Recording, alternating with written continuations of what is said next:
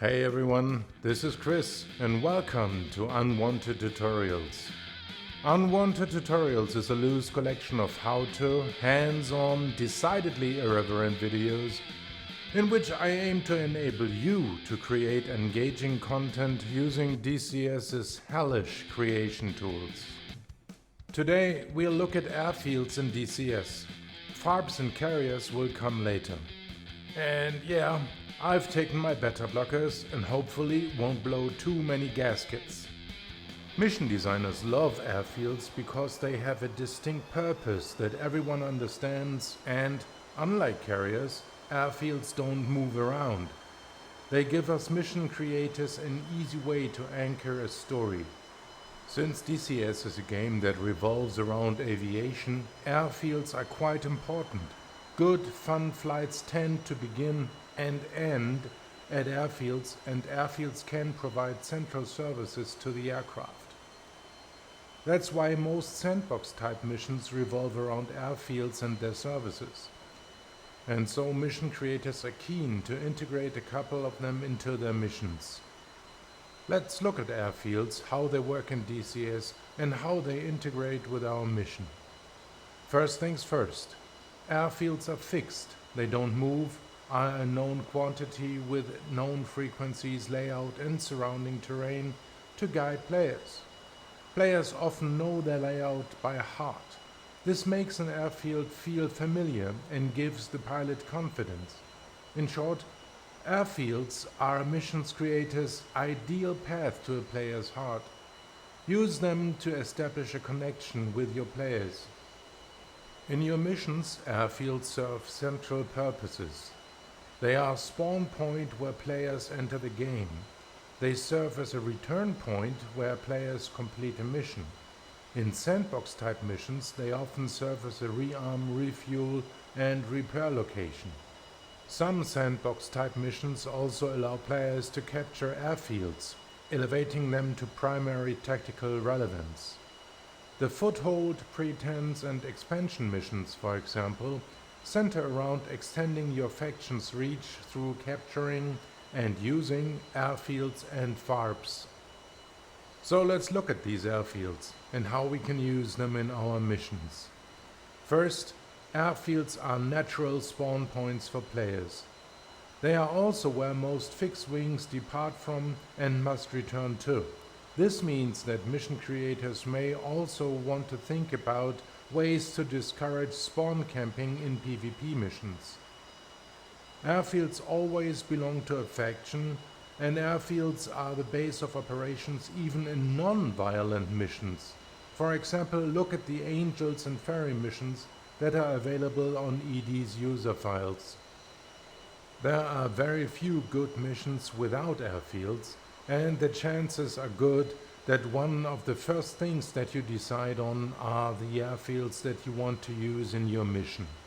So, how do we use an airfield in a mission? First, we need to know the map. There is no way around that. Not all airfields are created equally, and for good missions, you should choose an airfield not only based on tactical considerations, but also look at them from an aesthetical and enjoyability standpoint. In Caucasus, for example, Senakikolki, Krimsk and Nalchik have near-ideal locations, while Sochi and Gaudata's isolation makes them preferable only for a much smaller slice of mission types. All airfields provide services to player aircraft, and the kind of service that is provided is defined by the warehouse that attaches to an airfield. All airfields have a warehouse. Since DCS's warehouse concept is dynamite, but its implementation pure trash, I'll separate out this aspect and, given I have enough meds, may even attempt to have its own tutorial. Who knows, you may even learn some new German cuss word in the process. Airfields always belong to a faction, and this influences what players can do at that airfield. While a neutral airfield's tower interacts with a red or blue aircraft, other airfields don't talk to the enemy.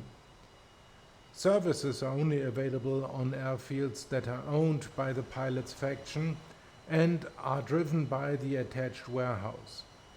So a player only has access to services if their side owns the airfield. Players can land on neutral or enemy airfields, although there usually is little sense in doing so from the context of a mission. If a player plane lands on an enemy airfield, this does not capture the airfield. Airfields can be captured. To capture an airfield, the rule of thumb is that only one faction must have ground forces in a 2-kilometer radius from the airfield center. In Mission Editor, you can easily create a mission aimed at airfield capture. Just remove all ground units within the 2-kilometer radius and then have a ground unit move to the airfield. The airfield will be captured as soon as the unit gets close enough. In many missions, capturing is done through troop insertion via helicopter or paradrops. Creating missions that allows players to use captured airfields, however, requires that you use third-party tools. Unfortunately, when there are multiple units of warring factions involved, it can become difficult to decide who owns the airfield. The exact rules for capturing and holding airfields aren't publicly available, and it seems that even ED don't know exactly how and when an airfield is captured and when it becomes contested. Contested, by the way, is an ill-defined in-between state that has sneaked into DCS probably around 2023. When you create a new mission, all airfields belong to neutral. You control which faction owns which airfield by clicking on an airfield and then choosing the appropriate faction from the coalition drop-down menu. The airfield and all its services now belong to that faction. When you place player aircraft at an airfield, their slots are available to that faction when the mission starts, even if they don't own that airfield. This means that a blue player aircraft at Batumi is available to blue even if that airfield belongs to red. To prevent a player from slotting into aircraft on airfields that do not belong to their faction, you need third-party tools. And apparently the beta blockers have kicked in. I can even grin at this amount of stupidity. If you place player aircraft at an airfield, their slots remain empty until players enter them. So, if in your mission you allow your player to choose between the Phantom and a Tiger, whatever the player chooses, the other aircraft's position on the airfield remains empty. On missions where you allow your players a great variety of choice in airframes, this can lead to boring sceneries. Use third-party tools to fill the gap if you want to dial up the experience, to fill those empty slots with aircraft. For example, the Angels mission uses such a tool to make the scenery more interesting for players. Since this is a common request, I'll see if I can create a tutorial on how to add this feature to your missions. Airfields automatically integrate with DCS's weather, for better or worse. As in real life, local winds mostly decide which runway is best to use. Mission Editor doesn't support controlling active runways, and you can't set an airfield's active runway yourself, but you can set the prevailing winds for the map. DCS then derives the active runway from that automatically.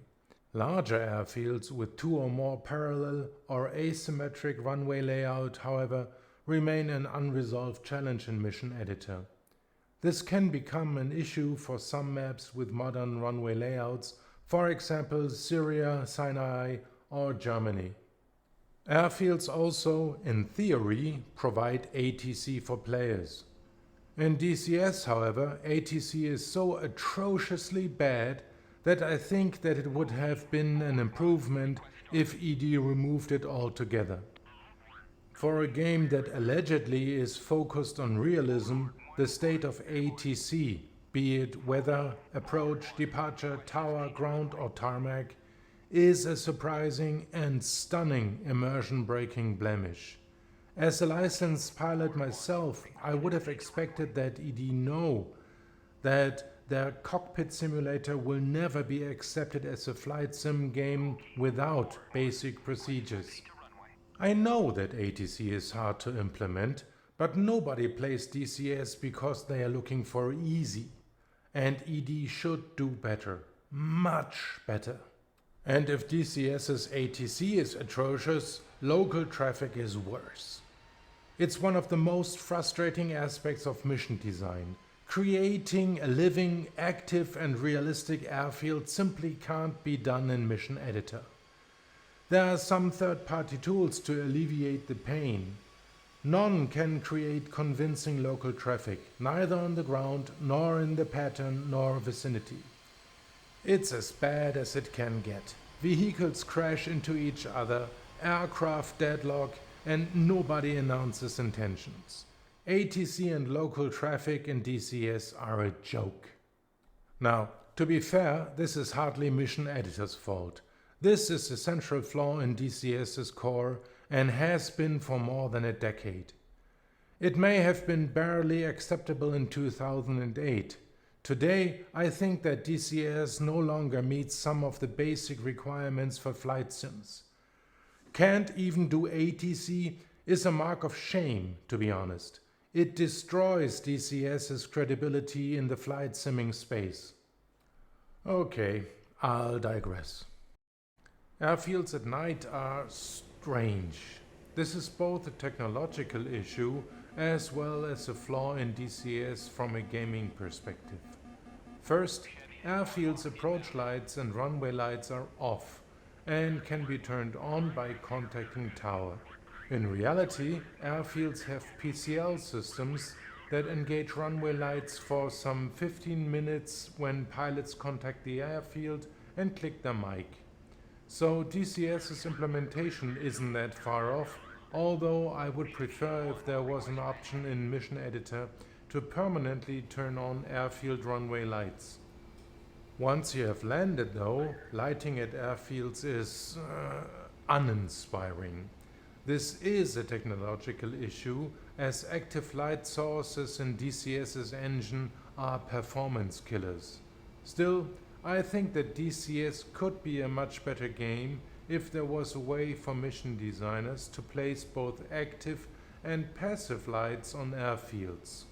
There currently is one passive light that designers can place, and there was one active light source that was available but no longer is. I believe that if ED made both active and passive lights available to mission designers, creating night missions would become much more attractive. Airfields have published frequencies, and the airfield will respond when contacted from the correct faction. So, when you have chosen an airfield for your mission, it's a good idea to transfer at least one of the frequencies listed to all the players' aircraft's radio tab so that players can easily contact tower for startup and taxi. The same applies to the destination airfields. Should you be using Flaming Cliffs aircraft, or if you have activated easy communications, you can skip this step. Given the current state of ATC though, I don't see the point of setting an aircraft's frequencies for airfields. Instead, I recommend that you always activate your mission's easy communications option, at least until there is a significant leap in DCS's ATC quality. Then there are nav aids. Many airfields have some kind of beacon or localizer to allow limited procedures. Some even allow precision approach. This is really nice. DCS also supports TACAN objects, so mission creators can add TACAN transceivers to airfields. A recent release also added ground units to provide the Eastern RSBN PRMG transceivers, so mission creators can add Eastern ILS to their airfields.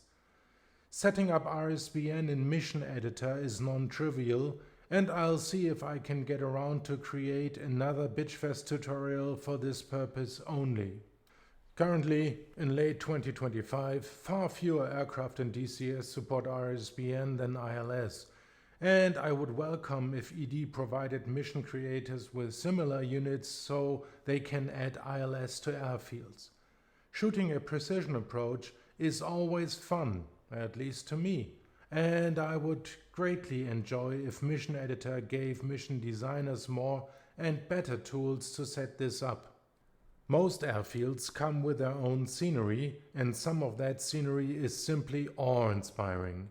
Personally, I am deeply impressed by the Cold War Germany map, for obvious reasons. I'm a Kraut and I spent my entire youth in Cold War Hamburg. When you place player aircraft on airfields, take special care when using from ground. Not all maps show all scenery, and especially in Caucasus, you can place a player aircraft just to find out that the player spawns into an existing but hidden map object. Since Mission Editor has no 3D preview, you must always check all your spawn positions in the simulator to avoid this. It would help if the maps in Mission Editor correctly reflected all objects, but this too is just a reflection of how important quality really is to ED.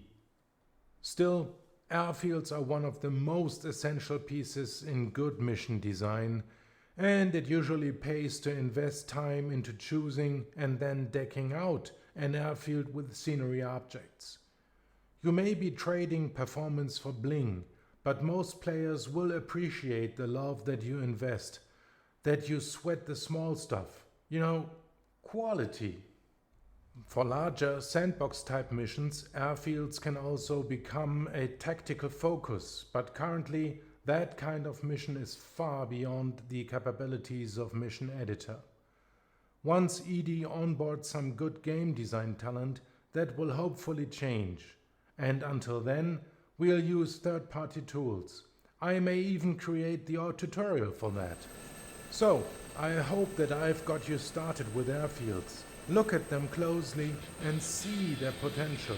It may sound stupid, but a great fun airfield is the first stepping stone to a great fun mission. So thank you for watching, see you soon and take care!